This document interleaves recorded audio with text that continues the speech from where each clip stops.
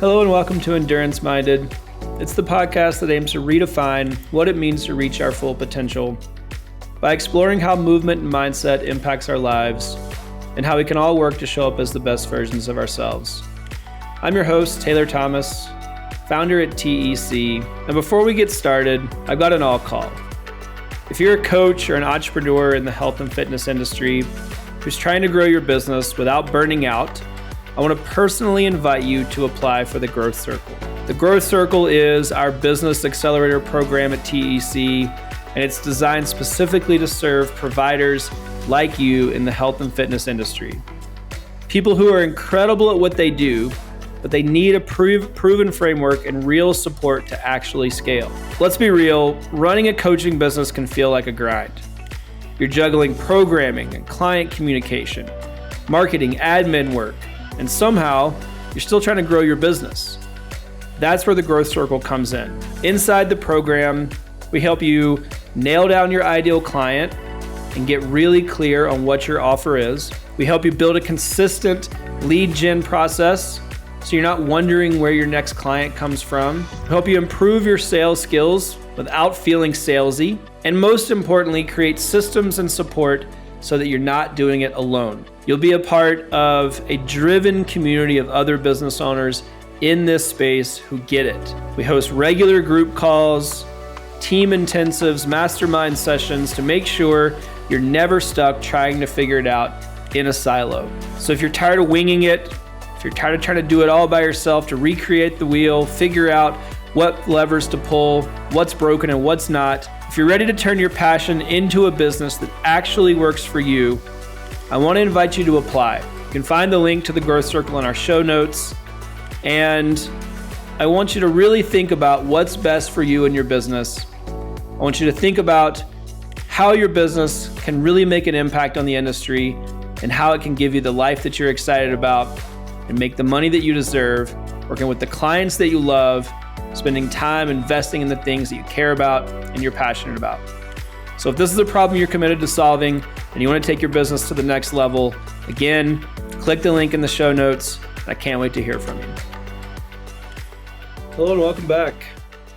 Excited to have everyone here for the final episode of 2025.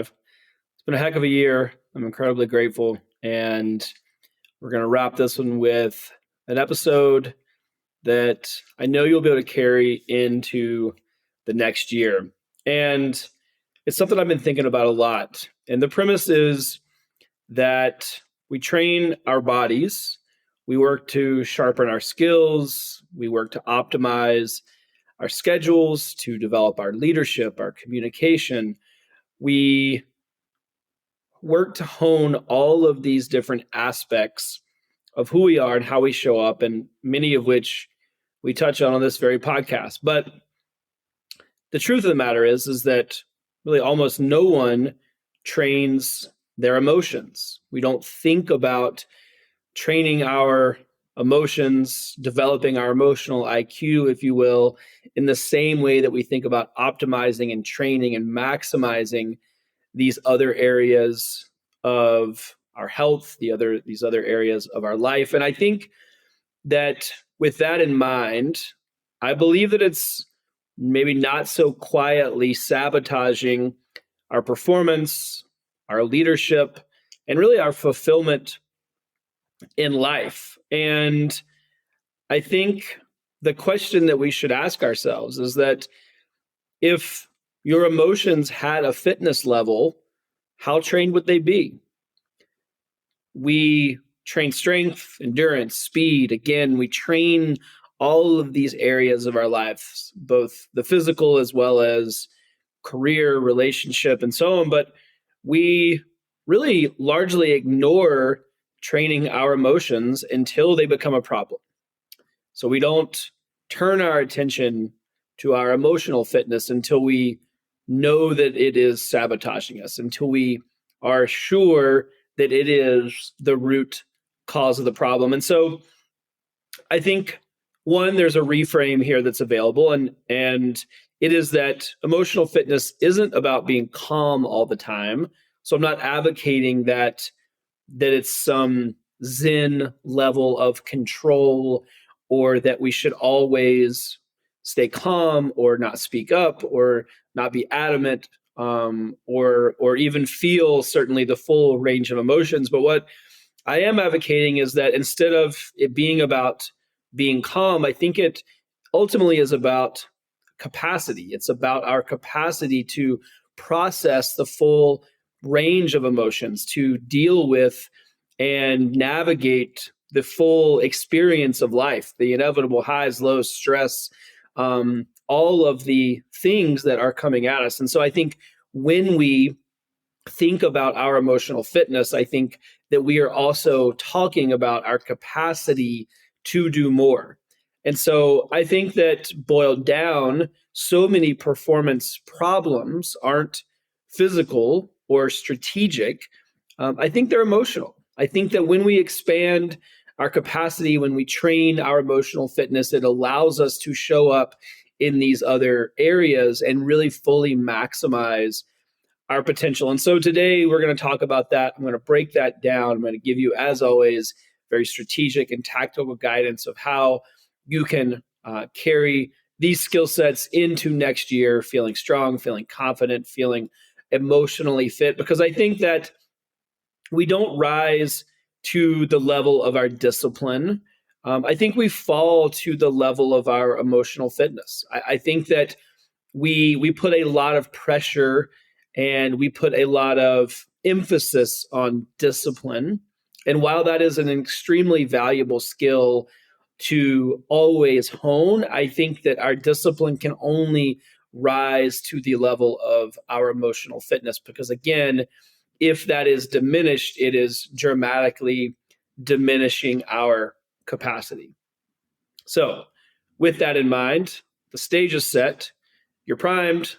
Hopefully, you can see yourself in at least some of the early versions of what this could sound like. Let's start with just defining what emotional fitness is. Let's break that down and just understand a bit more about what it really equals.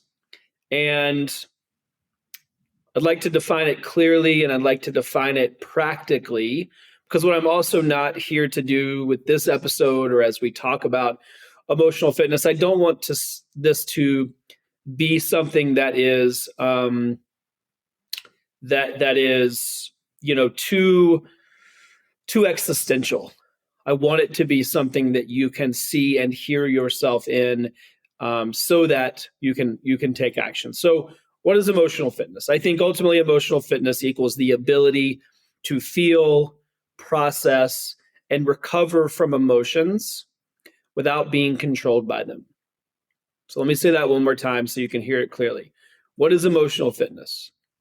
For the context that we're talking about, I think that the practical definition of emotional fitness is the ability to feel, process, and recover from emotions without being controlled by them. And there's three components of this definition. One is emotional awareness. So again, the ability to feel your emotions. So with that emotional awareness, is the ability to, or the willingness, I think, to name what you're feeling, and not just react to it. So you can say, this is me angry. This is me sad. This is me frustrated. This is me happy. This is me joyful. This is what this feels like, not just a reaction to it. So the presence of mind to be able to name what you're feeling.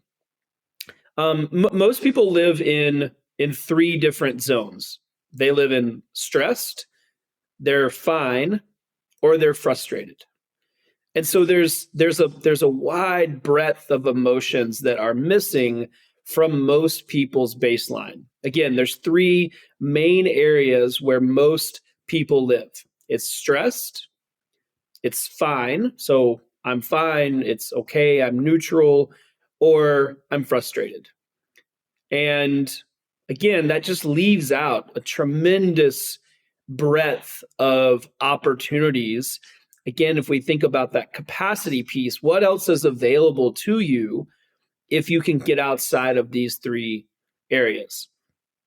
Because when we have emotional literacy, it expands our choice. It expands the opportunities that we have in front of us. We don't just have to be stressed, fine or neutral, or frustrated.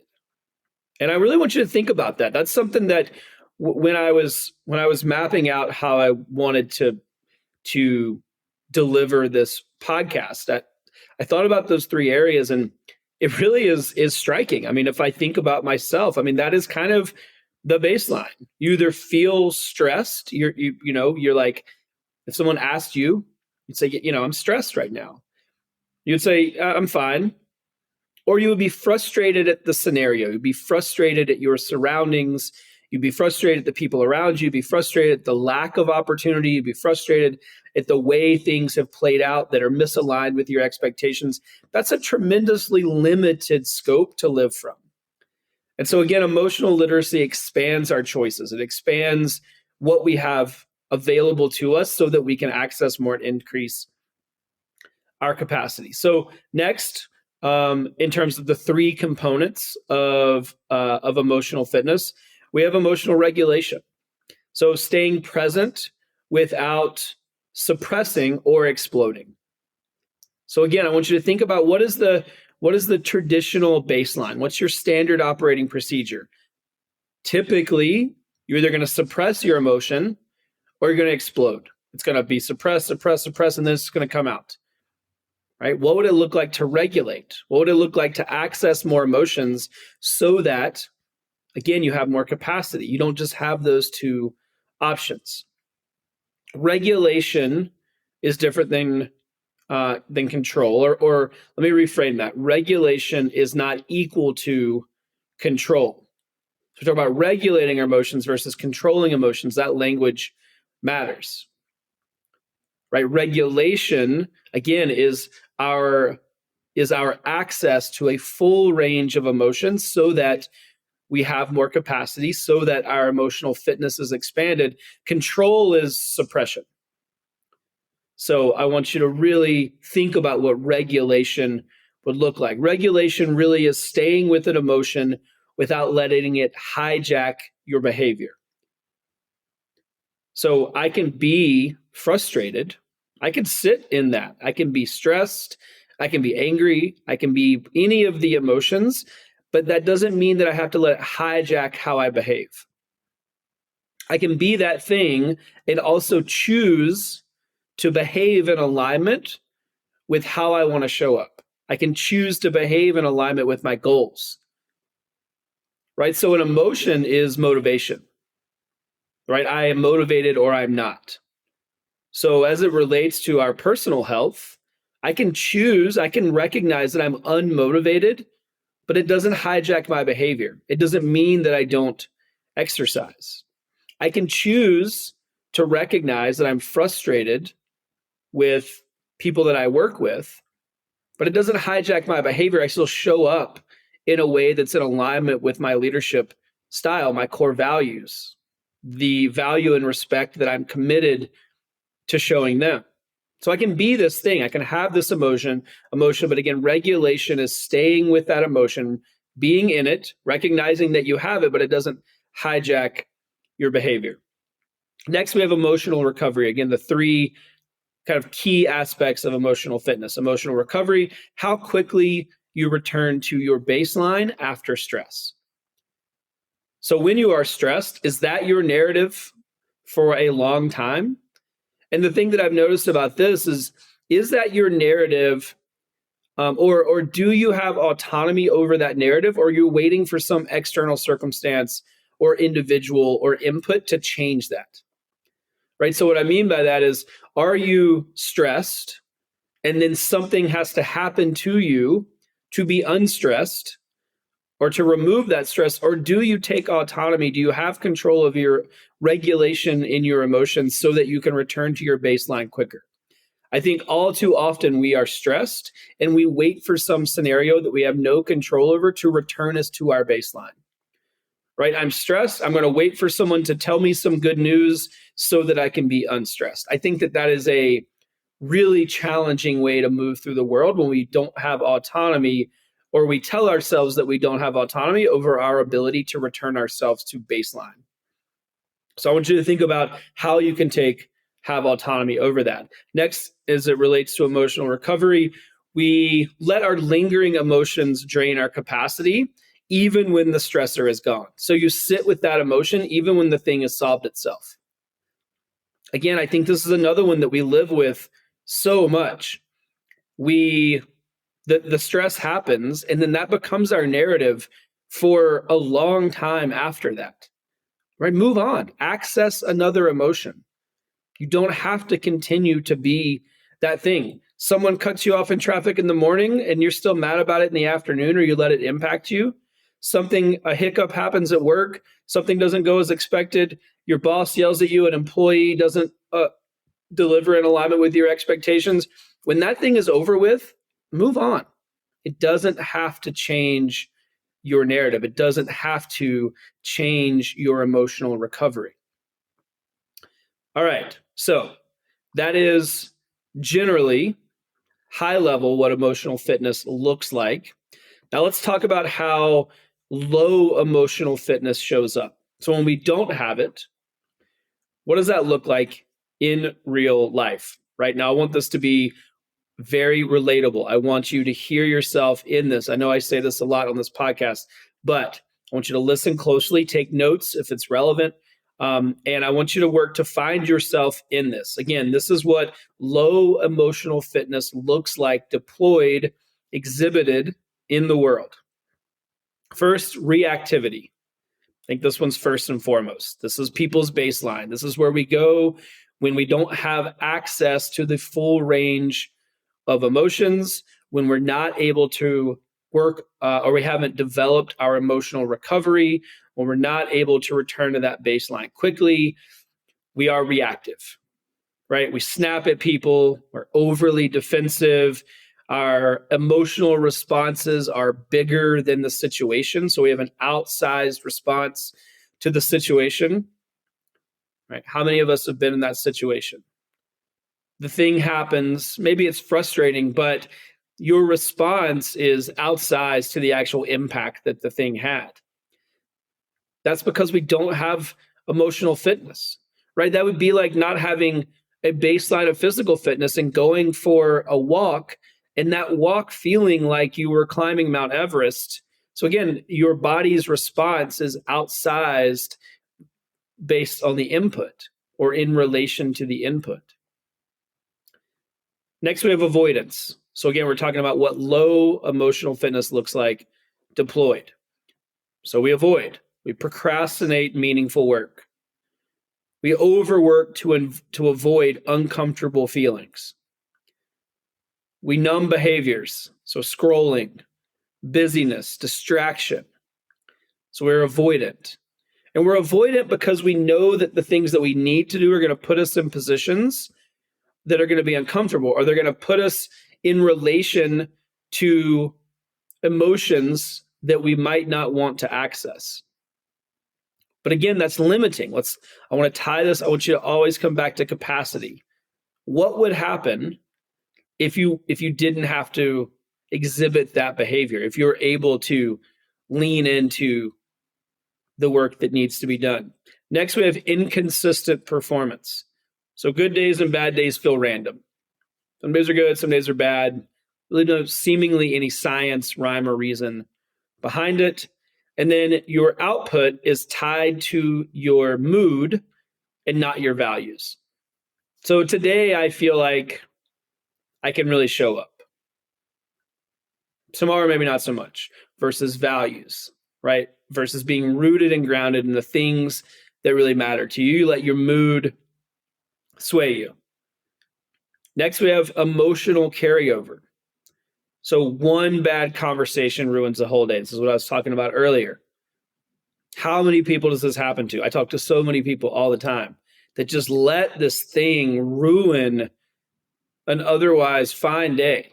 And they are unable to find high points in the day because of something negative or misaligned with their expectations that happened earlier in the day. And next is that stress bleeds into your personal health, into your exercise. It bleeds into your work. It bleeds into your relationships. It carries over into all of these other things. So you're unable to separate the stress in one environment from the opportunity in another environment. You had a stressful day at work. Well, it doesn't mean that you're stressed at home, right? You had one instance at work. It doesn't mean that your workout for that day can't be great. Again, there's this emotional regulation. There has to be, or there's an opportunity to have autonomy in this. Next, we have quiet burnout. So it's not explosive. It's just flat. You're detached. You're disconnected. And,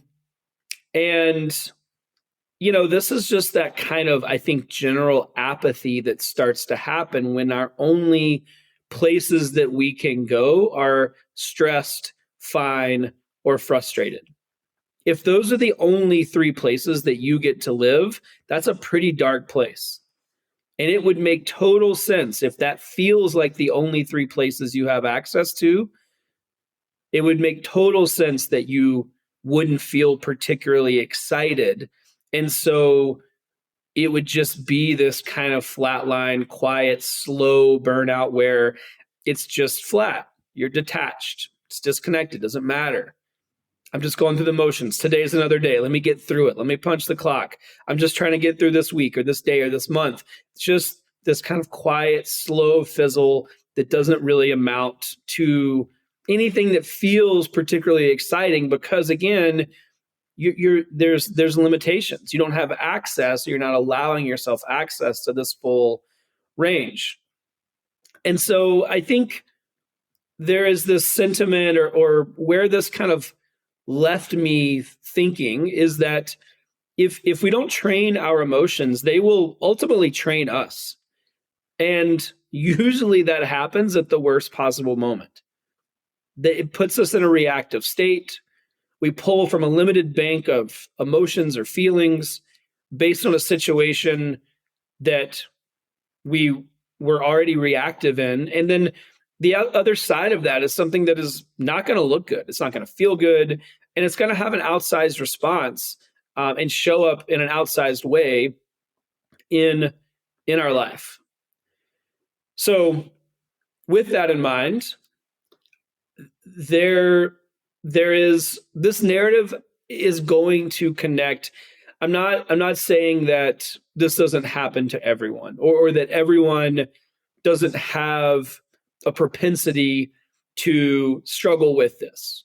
But specific to our audience here at Endurance Minded and specific to how we think about high performance through these different lenses of life, I do want to talk specifically about why high performers struggle with emotional fitness, because I do think that it can be harder to access for high performers, for people that are really pushing themselves. The stakes are high. They are extremely hard on themselves. Their internal dialogue and narrative is already one that is skewed for self-sabotage. And so I want to dig in for those of you that might consider yourself high performers to why this is such a struggle, because I do get it. And as always, so much of what we talk about in Endurance Minded comes from my own journey and my own path to trying to rectify high performance with all of these other areas and responsibilities and places in life that I do want to thrive. And so why do high performers struggle with emotional fitness? Well, firstly, emotional suppression is rewarded.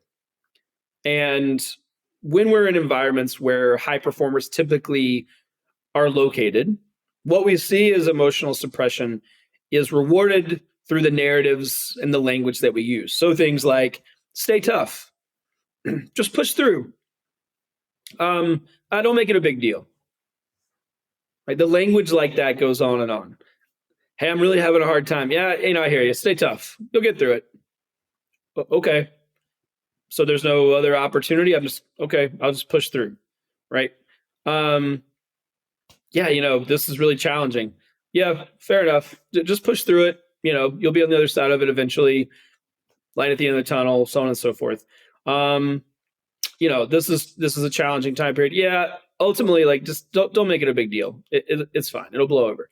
Again, right? These are just a few of the many, many varied examples of what emotional suppression is kind of baked into the narrative of high performance, which is that we shut that down and just push forward. And again, this is really an inflection point, because there is an inherent disconnect between the narrative in high performing spaces and what is expected of those individuals. Well, what is expected is incredible work, is greatness, is execution at all cost. Well, that narrative, again, limits our capacity. When we don't have access to a full range of emotional fitness, we don't have the ability to do our best work. Again, all we have access to in that emotionally unfit space is that we can be stressed, we can be fine, or we can be frustrated. You tell me if anyone does great work and does their best work with access to those three things. No.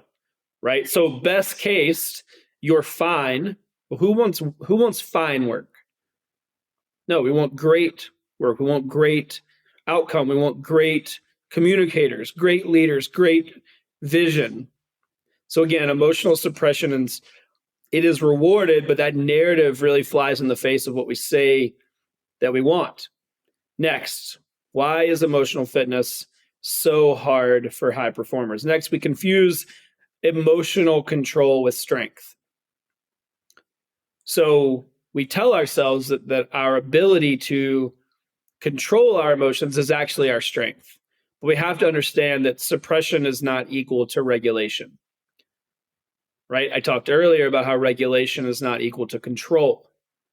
Regulation is the ability to feel that thing, to know that that emotion is available, but not let it impact your output. Right? Not let it hijack what you actually do. Well, now we're going to recognize that suppression and regulation are not the same. What we're told is that regulating our emotions is pushing them down, right? Just push through. Suppression is not equal to regulation. Suppression is shutting that thing down. Again, it's limiting our capacity. Regulation is knowing that we have that emotion available, leaning into it, finding a narrative, finding language that allows us to express that, but also not letting it hijack who we are, how we show up, the actions that we take in alignment with our values. And we have to know that suppressed emotions ultimately leak out sideways. And what that means is they impact the people around us. So we're not getting away with it. We think that we're hiding it from everyone. It's not true. No one is that good at hiding it. Suppressed emotions leak out sideways, and it will impact the people in your circle. Next is high performers, at the end of the day, are used to powering through. It is part of the proverbial job. And there's where this becomes an issue is that we can power through, but it really only works for tasks. If you have a long to-do list of task-oriented jobs, then you can power through. You can check things off the list, low-hanging fruit, easy tasks, things that are really you operating below your full potential. But if you have vision-oriented work to do, if you need to rally people around a shared cause, if you need to show up for the key relationships in your life, if you need to communicate in a way that allows people to connect with you and see who you are and build people around shared values, if you need to really be present and be connected to the people that you care about, this is not going to work. You're not going to be able to power through the things that really matter. You can power through tasks, but when it comes down to you being a high performer that's committed to your full potential, it will cause you to fall short, because you will not be able to power through the things that really matter. It will limit you. And ultimately it's going to backfire, right? We're going to push, and it might work for a while, but it will stack and it'll backfire.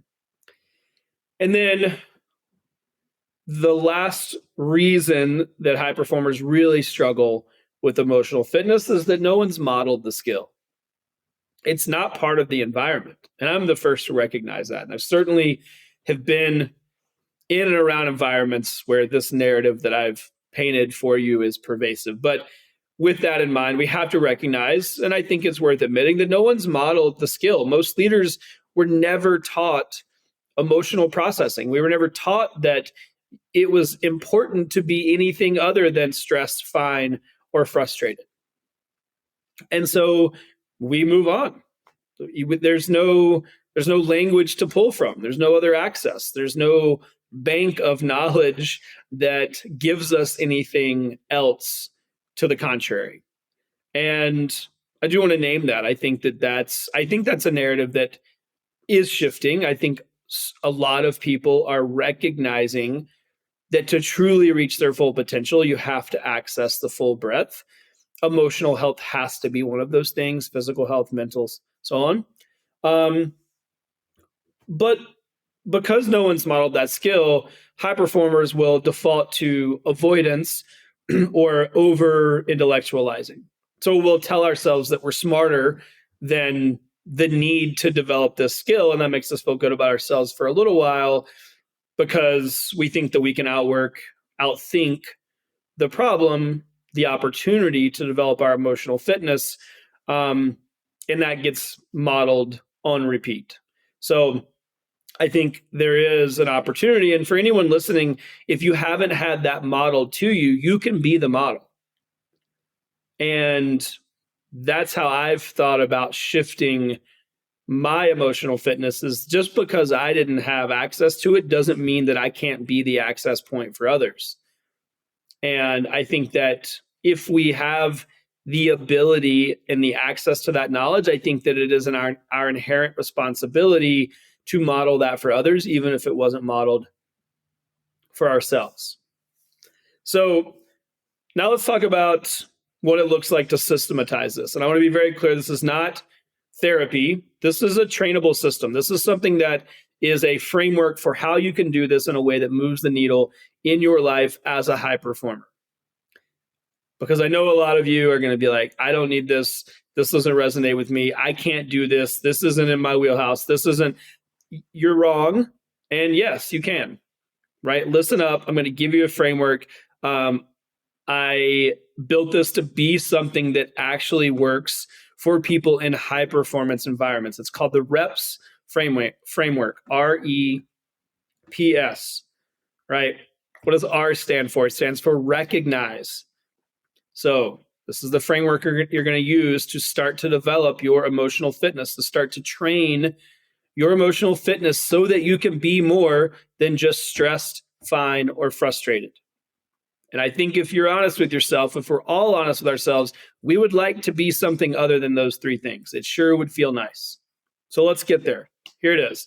REPS framework. First one, R, recognize. Name the emotion. Again, first thing is just to say there's more things that I have access to. So I'm going to name the emotion and just practice. I'm feeling blank because of blank. I'm feeling happy because I had an incredible conversation with my partner this morning.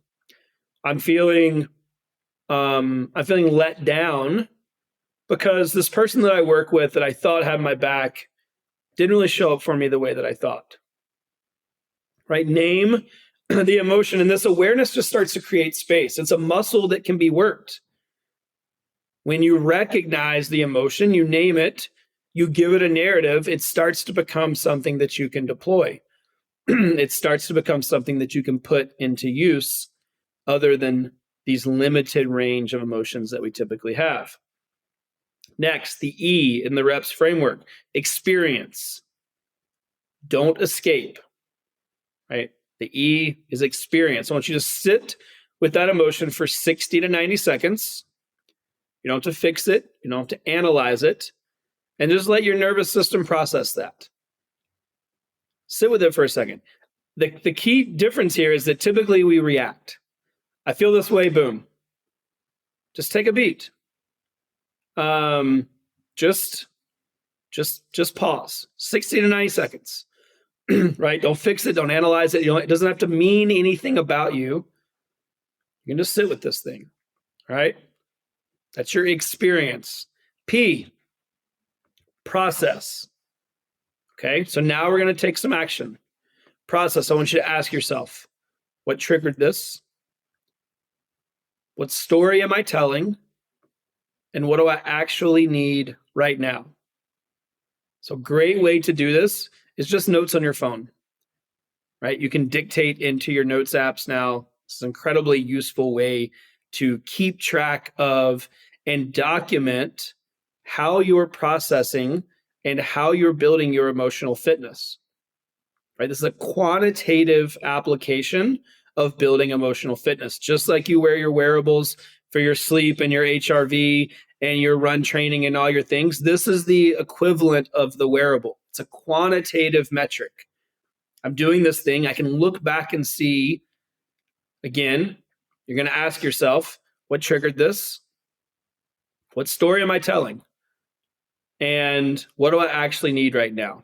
What that's going to do is it's going to keep you from being in a reactive place. It's going to allow you to be proactive, access a wider range of emotions. Again, build that emotional fitness.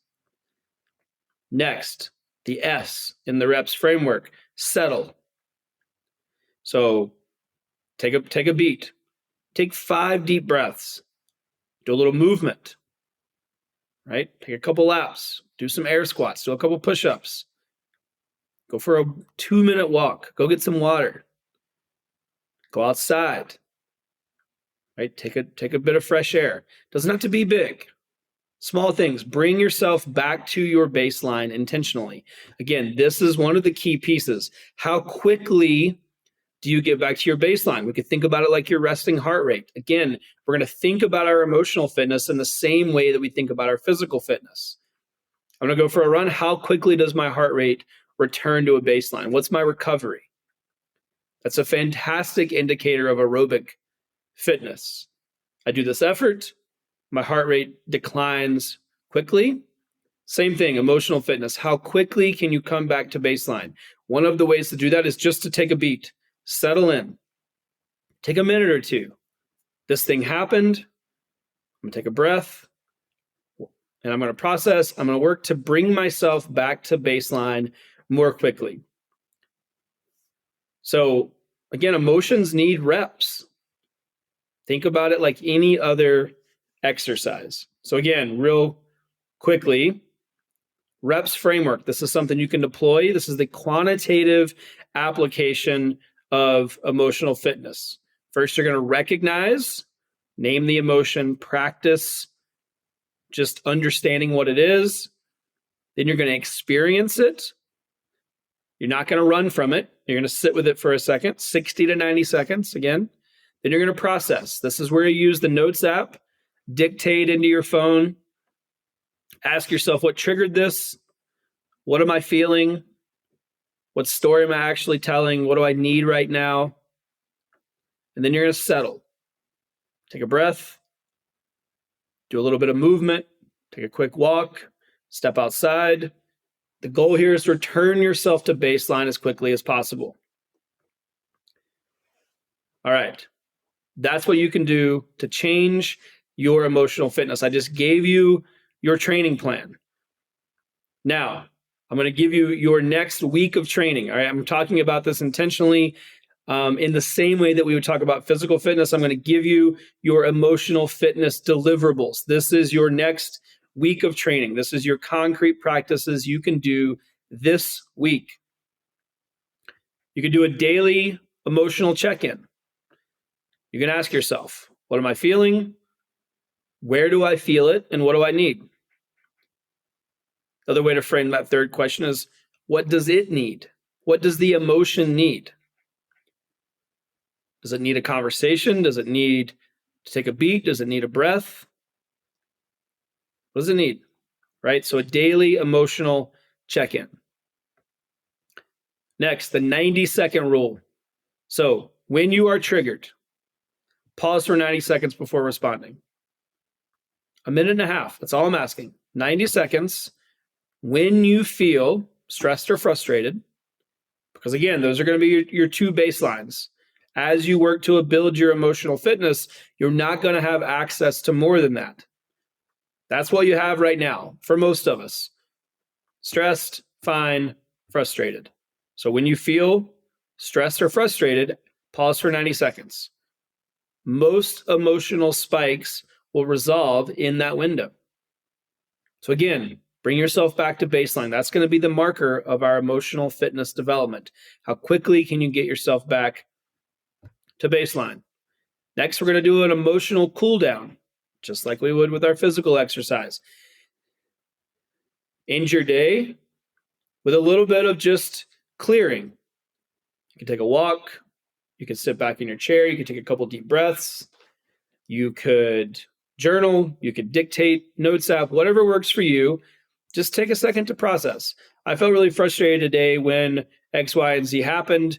On the other side of that, I was able to bring myself back to baseline. I felt happy when X, Y, and Z happened. Just recognize when these things are happening. Again, each one of these is a rep that you're performing that's going to build your emotional fitness. Next, we're going to cap it at the end of the week. So these are some daily actions you can take. Those are going to stack at the end of the week. We're going to look at our emotional load, just like we would look at our training load. You're going to ask yourself, what drained me emotionally? Then you're going to ask yourself, what restored me emotionally? And then we're going to take some action. The question you're going to ask yourself is, with that in mind, what do I need to change next week? Right? What are the actions? I need to be in more positive conversations. I need to be less reactive. I need to recognize the high points in my day. I need to not let these stressors linger for the entire day. I need to not let these reactive scenarios impact how I show up in other spots, whatever it is, right? Be honest with yourself. What do I need to change next week to be more emotionally fit? Emotional recovery is not just about how you feel in the moment, right? Emotional recovery is just as important as physical recovery. And truthfully, most people ignore both. So imagine what would happen if we just took a beat.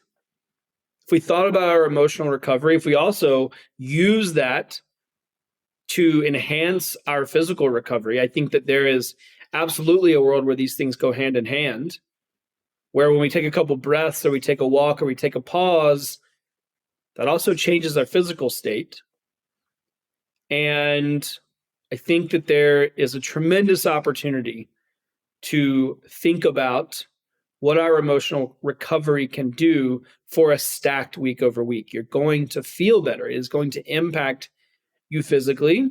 It's going to impact your relationships, not only with yourself, but with others.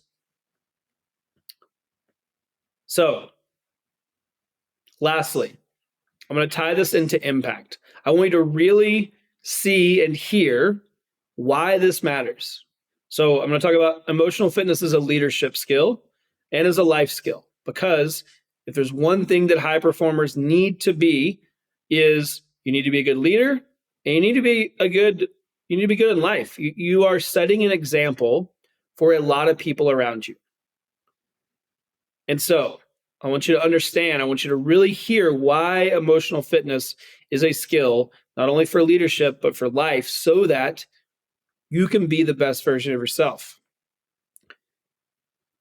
When we're better leaders, you're less reactive and you're going to build more trust.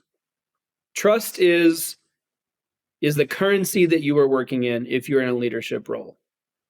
And so the thing that you need to be most focused on is building trust. How do you build more trust? You can be more emotionally fit. You can come across as more well-rounded, more stable, less reactive. You can communicate from a place of empathy and values versus reactivity. People trust people they can count on. People trust people that don't just show up stressed or frustrated.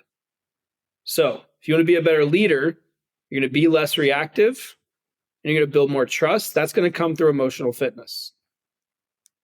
Then you're going to have better performance physically, right? You're going to have fewer emotional crashes. You're going to have fewer swings wildly in one direction or the next. You're going to show up more consistently. You're going to feel better during your exercise. You're going to be more present. The mind-body connection is extremely important with exercise. So if we are more emotionally regulated, if we're more emotionally fit, we get more out of our exercise because we're more connected to how we feel and what's going on. Right? Don't just go through the motions in your exercise. Get the most out of it. Maximize your time and input. Best way to do that is to work on your emotional fitness. Next, you're going to have better relationships. If you're more present, if you're more patient, if you're more connected, everyone on the other side of a relationship with you is going to feel better. It's going to make you feel better. It's going to make the individuals in those relationships feel better. Those are the three things that will always impact a relationship for the better. Let's see if you can be more present, you can be more patient, and you can be more connected. The only way to do that is to develop your emotional fitness. Lastly, you have better endurance. Endurance for life. Endurance for the inevitable long road in front of you, in front of all of us, because emotions don't hijack your momentum anymore. You're not derailed by all of these twists and turns, the highs, the lows, the inputs. Again, you have autonomy. You have access to a full range. You can sit with that, but it doesn't hijack your momentum. It doesn't mean anything about you. It doesn't change your personal internal dialogue as well as your narrative about the world and the people in it. You just get to move through because you're regulated. Your emotional fitness is high. And so your endurance and your ability to move consistently through the world changes for the better dramatically because, again, your emotions don't hijack your momentum. And so your emotional fitness sets the ceiling for your performance. You will only rise to the level of your emotional fitness because it impacts every single area of our lives. And so I want to leave you with just a few reflection questions, a couple of things that you can take action on right now. I want you to think about where your emotions derail you the most. Just ask yourself, where do my emotions derail me most? And that's where you can direct your attention. That's where you can start to build your emotional fitness. Then I want you to ask yourself, which emotion do I avoid feeling?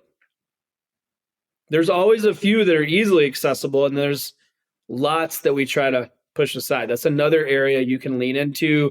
You can use the reps framework that I outlined to lean into those ones that you're avoiding so that you can access them more. Again, that's going to stack. Those are like training days. That's going to build your emotional fitness. Lastly, what would change if I trained my emotions like I trained my body? If I treated emotional fitness like I treat physical fitness? If it held the same weight?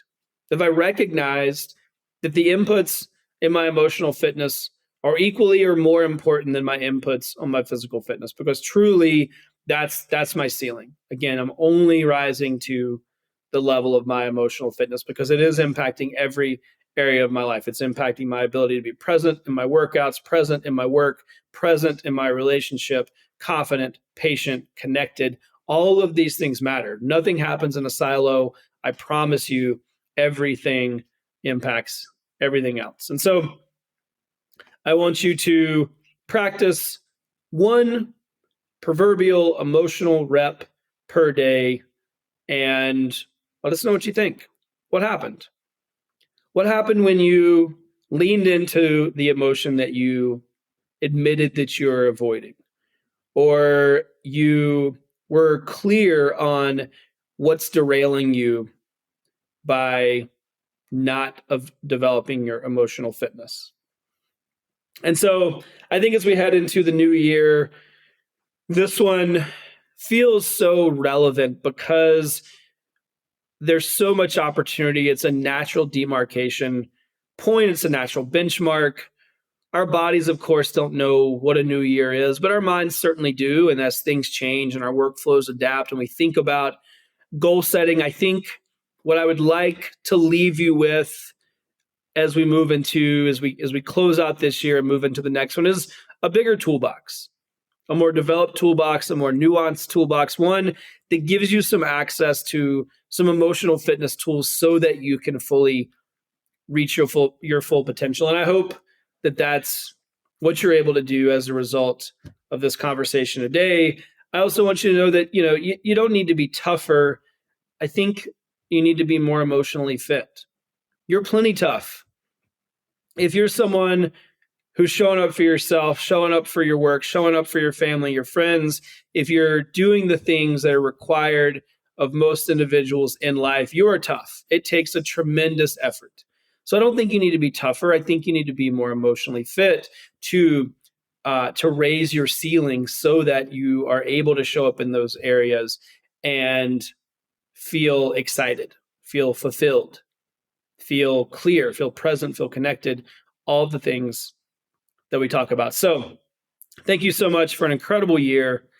We are teed up for an even better 2026, and I can't wait to continue to pour into our community at Endurance Minded. As always, you can find us at enduranceminded.com. Let us know what's going on, what you're thinking, how we can support you.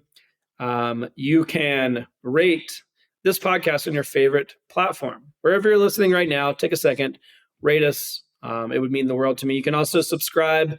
New episodes every other week. We drop new episodes Tuesday morning, and we're going to keep that going just like we have for several years. And that way you're alerted of fresh new episodes and can stay up to date. And then lastly, share it with a friend. Anybody that you think could benefit, somebody in your community, somebody that you think would get value. I invite you to share this episode or your favorite with someone and invite them into the Endurance Minded community. It would mean the world to me. So rate, subscribe, share. I hope you have a safe start to your 2026. I hope it's everything that you want it to be. I hope you get time to be present, connected. I hope you get in some physical activity and whatever that looks and feels like for you. And can't wait to see you in the new year. Thank you so much. And we'll see you next time on Endurance Minded.